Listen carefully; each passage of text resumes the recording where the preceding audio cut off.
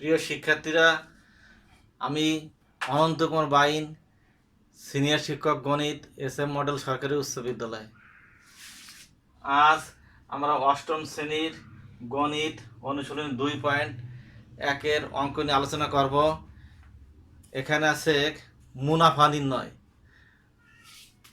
মুনাফা বলতে আমরা বুঝি একটা নির্দিষ্ট আসল ব্যাংকে অথবা কোনো ব্যবসা প্রতিষ্ঠানে জমা রাখলে 1 বছর পরে যে লাভটা পাওয়া যায় এটাকে বলা হচ্ছে মুনাফা। অর্থাৎ ওই টাকার পর আমার 1 বছর পরে অতিরিক্ত কিছু লাভ দিল, এটাকে বলা হচ্ছে মুনাফা।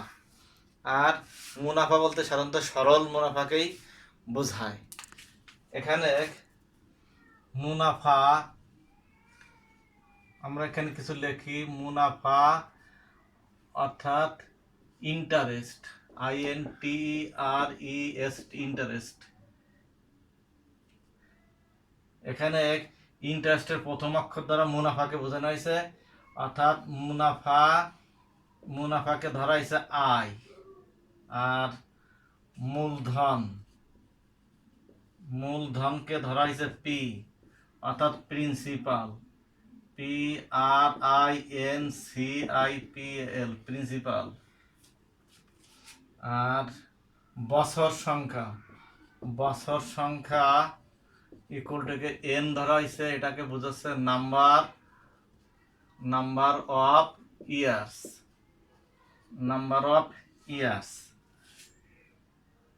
আর একটা হচ্ছে মুনাফার হার, এটাকে ধরা হয়েছে আর। রেট অফ ইন্টারেস্ট, INTREST, অথবা রেট অফ প্রফিট। তাহলে আমরা পঞ্চম শ্রেণীতে আমরা শিখেছি মুনাফা সমান আসল গুণ সময় গুণ হার। তাহলে আমি সেটা লিখি। মুনাফা ইকুয়াল টু আসল গুণ হার গুণ সময়। তাহলে এখানে মুনাফারকে আমরা ধরছি আই, আর আসল ধরছি পি, হার ধরছি আর সময় হলো এন। তাহলে আমরা অঙ্ক করে সময় মনে রাখবো I equal to P R N. আবার মুনাফা আসল যদি এ হয়, মুনাফা আসল ইকুয়াল টু আমরা এখানে এ ধরি। এ মানে total amount, AMOUNT, total amount. তাহলে আমরা লিখতে পারি A equal to P plus I, অর্থাৎ মুনাফা আসল ইকুয়াল টু আসল যোগ হলো মুনাফা আসল ইকুয়াল টু আসল যোগ মুনাফা। এখান থেকে আমরা লিখতে পারি পি প্লাস আই এর মান এখানে আমরা জানছি পি আর এন। এখান থেকে পি কমন দিলে এখানে আছে 1 যোগ আর এন। তাহলে অতএব A equal to P into 1 plus R N. এখন আমরা এই সমস্ত সূত্র ব্যবহার করে যদি আমরা অঙ্ক করি তাহলে অল্প সময় এবং অল্প খরচে, অর্থাৎ পাটিগণিতের নিয়মে মুনাফার অঙ্ক করলে যেখানে অঙ্কটা 2 পৃষ্ঠা 1.5 পৃষ্ঠা হয়, সেখানে 1 পৃষ্ঠার কমে অল্প সময় কম লেখায় তাড়াতাড়ি হয়ে যায়। এখানে পরীক্ষার সময়ের একটা ব্যাপার আছে, কম সময় আমি বেশি অঙ্ক করতে পারবো। তাই আমরা দেখি বইতে কি অঙ্ক আছে। যেমন 6 নম্বরের অঙ্কটা আছে, 2.1 6 নম্বরে একটা অঙ্ক আছে। দেখি এখানে কি আছে। 6 নম্বর অঙ্ক আছে, বার্ষিক শতকরা মুনাফা কত হলে 13,000 টাকা 5 বছরের মুনাফা আসলে 8,850 টাকা হবে। তাহলে এখানে যে তথ্যগুলো দেওয়া আছে সেই তথ্যগুলো আমরা লিখি। এখানে আসল পি ইকুয়াল টু 13,000 টাকা। বছর সংখ্যা n ইকুয়াল টু 5 আর মুনাফা আসল এ, মুনাফা আসল এ ইকুয়াল টু দেওয়া আছে 18,850। আমার বের করতে হবে শতকরা মুনাফা কত, অর্থাৎ আর ইকুয়াল টু হট। তাহলে আমরা এখান থেকে লিখতে পারি I equal two A minus P, অর্থাৎ মুনাফা সমান মুনাফা আসল বিয়োগ আসল।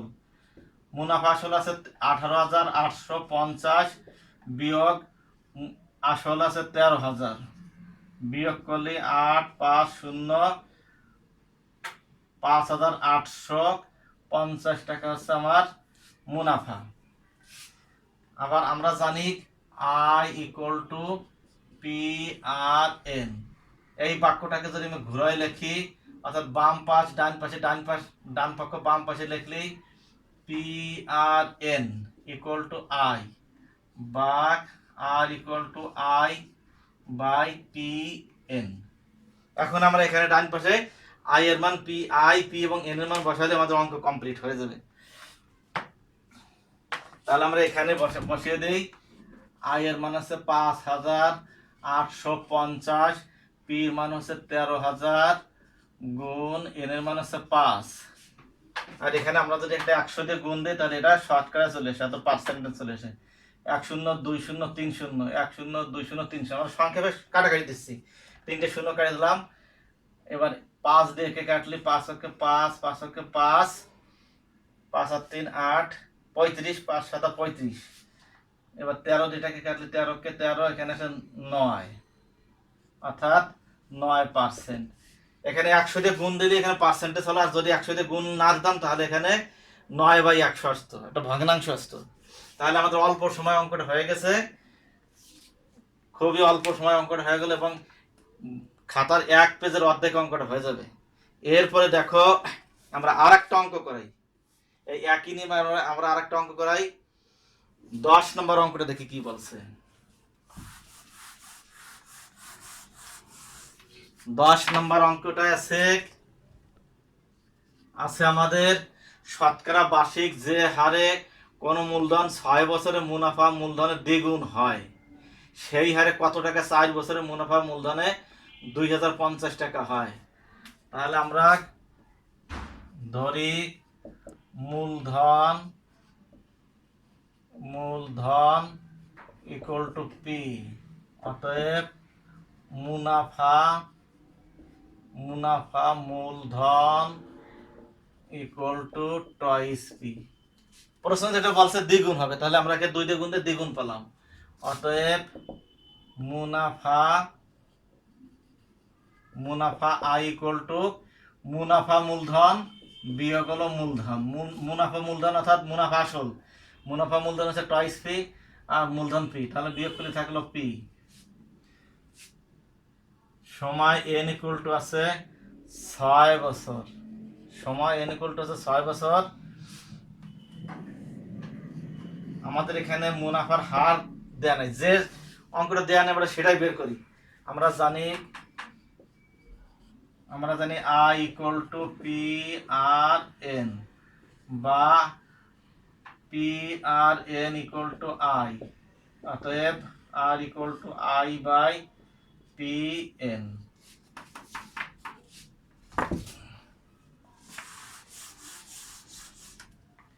এখানে আই এর মান পি আর পি এর মান পি থাকলো, এন এর মান 6, কাটাকাটি গেলে 1/6। এখন এর যদি আমরা উত্তর লিখতে যেতাম তাহলে 100 দিয়ে গুণ দিলে একটা পার্সেন্টেজ চলে আসতো, অর্থাৎ এটা একটা ভগ্নাংশ হয়েছে, আর 100 দিয়ে গুণ দিলে একটা ভগ্নাংশটা উঠে একটা পার্সেন্টেজ চলে আসতো। আমরা পার্সেন্টেজ দরকার নাই, কারণ এই আর এর মানটাই আমরা পরবর্তী অংশে ব্যবহার করব।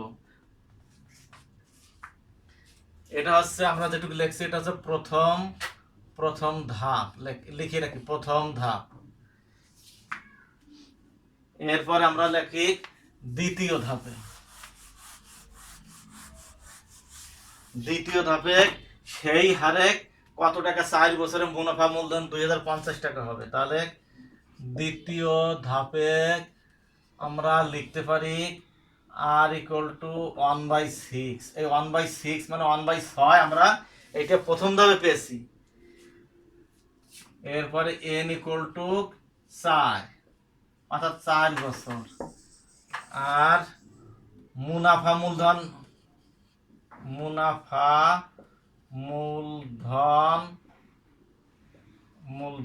a equal to 2050। মূলধন p ইকুয়াল টু কত? আমাদের মূলধন বের করতে হবে। আবার আমরা জানি a সমান p ইন্টু 1 যোগ আর n। এখান থেকে আমরা লিখতে পারি বা p ইন্টু 1 যোগ আর n সমান a, বা p সমান a বাই 1 যোগ আর n। এখন আমরা এখানে এর মান, আর এর মান, n এর মান বসালে আমাদের অঙ্ক কমপ্লিট হয়ে যাচ্ছে। তাহলে আমরা এখানে বসাই দেখি কি হয়। এর মান 2050 যোগ ডিভাইড বাই 1 যোগ আর এর মান আছে 1/6, অর্থাৎ 6 এর 1 গুণ n এর মান আছে 5, না n এর মান আছে 4, n এর মান 4 এখানে, ইকুয়াল টু 2050 1 নিচে 1 যোগ এটা লঘিষ্ঠকরণ করা হলে 2/3। এখন আমরা এখানে নিচে আমাদের কাজ করার পরে উপরে উঠে দেবে। সরাসরি এখানে যদি 3 কে কেউ উপরে উঠে তাহলে তার অঙ্ক ভুল হয়ে যাবে, অঙ্কের নিয়ম থাকবে না। তাহলে p ইকুয়াল টু উপরে আছে 2050, তার নিচে আছে 1 যোগ 3 এর 2। এখানে আমাদের আগে লসাগুর কাজটা করতে হবে। 3 লসাগু, 3 ওকে 3 যোগ 2, তাহলে 2050 নিচে 5, তার নিচে 3। এটাকে আমরা লিখতে পারি 2050 গুণ 3 নিচে 5। এখন এটা যদি কাটাকাটি দেয় 4 5 20, 4 বার গেল, আর 5 ওকে 5 ডানি 0। এটাতে গুণ দিলে 410 কে 3 দ্বারা গুণ দিলে 0, 3 ওকে 3, 3 4 12। তাহলে আমাদের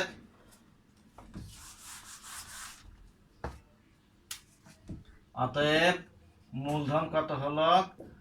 মূলধন p ইকুয়াল টু 1230 টাকা। তাহলে কত শর্টকাটে অল্প সময়ে সূত্র ব্যবহার করে অঙ্কগুলো হয়ে গেল। তোমরা এইভাবে সূত্র ব্যবহার করে এই অধ্যায়ের প্রতিটি অঙ্ক করতে পারবা। 13 দাগের অঙ্ক, 14 দাগের অঙ্ক, 15 অঙ্ক, 16 অঙ্ক, 17 অঙ্ক, এগুলো প্রত্যেকটা অঙ্কই তুমি সূত্র ব্যবহার করে করতে পারবা। আচ্ছা, তাহলে আমরা আজ এই পর্যন্ত ক্লাস শেষ করি। আগামী ক্লাসে আমরা এর বাকি অঙ্কগুলো আবার করিয়ে দেব। সবাইকে ধন্যবাদ।